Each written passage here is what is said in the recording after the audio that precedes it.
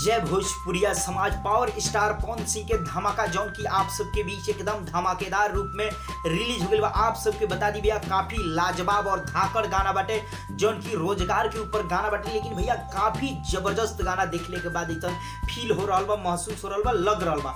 साफ तौर पे बता दी भैया गाना के बात कर रहा बनी मेरा रोजगार जौन की आज ही सुबह 6 बजे रिलीज भइला। फुल वीडियो सॉन्ग जौन की एकदम HD क्वालिटी बाटे और साफ तौर पे बता दी भैया Pawan Singh official YouTube channel के माध्यम से सुबह के 6 बजे आज रिलीज हो गई बटे और काफी तगड़ा व्यूज भी जा रहा बटे।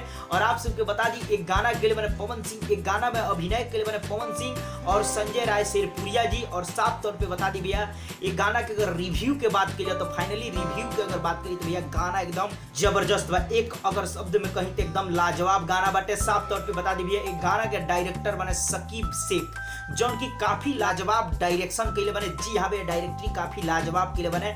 जी हाँ भैया एक गाना के प्रोड्यूसर बने जौन की पंकज चौहान जी, जौन की काफी अच्छा एमे बजट भी लगी बने जौना हिसाब से वीडियो शूटिंग भइल बा। साफ तौर पे बता दी भैया एक गाना के लिरिक्स जौन की काफी तगड़ा जौन की राइटिंग कैले बने छोटू यादव जी गजब जबरदस्त गाना के लिखले बने। ओवरऑल गाना के राइटिंग बहुत जबरदस्त बने। अगर म्यूजिक के बात करी तो भैया छोटू रावत लाजवाब म्यूजिक दल बने, मतलब सुनने के बाद अलग ही मजा होता, अलग ही फील होता, जोश मतलब जज्बा होता रोजगार के लेके। जी हाँ भाई ऐसा ही गाना बाटे रोजगार के ऊपर और सुनने के बाद एगो रोजगार के जोश भी अंदर आ जाता है। ऐसा ही गाना बनावल गई बा। ओवरऑल सारा टीम बड़ा ही जबरदस्त मेहनत के बा। और अभिनय के बात करें तो पवन सिंह और संजय राय शेरपुरिया जौन की काफी लाजवाब अभिनय कैले बा लोग, काफी जबरदस्त गाना बा। भैया हमार रिव्यू तो ये बा।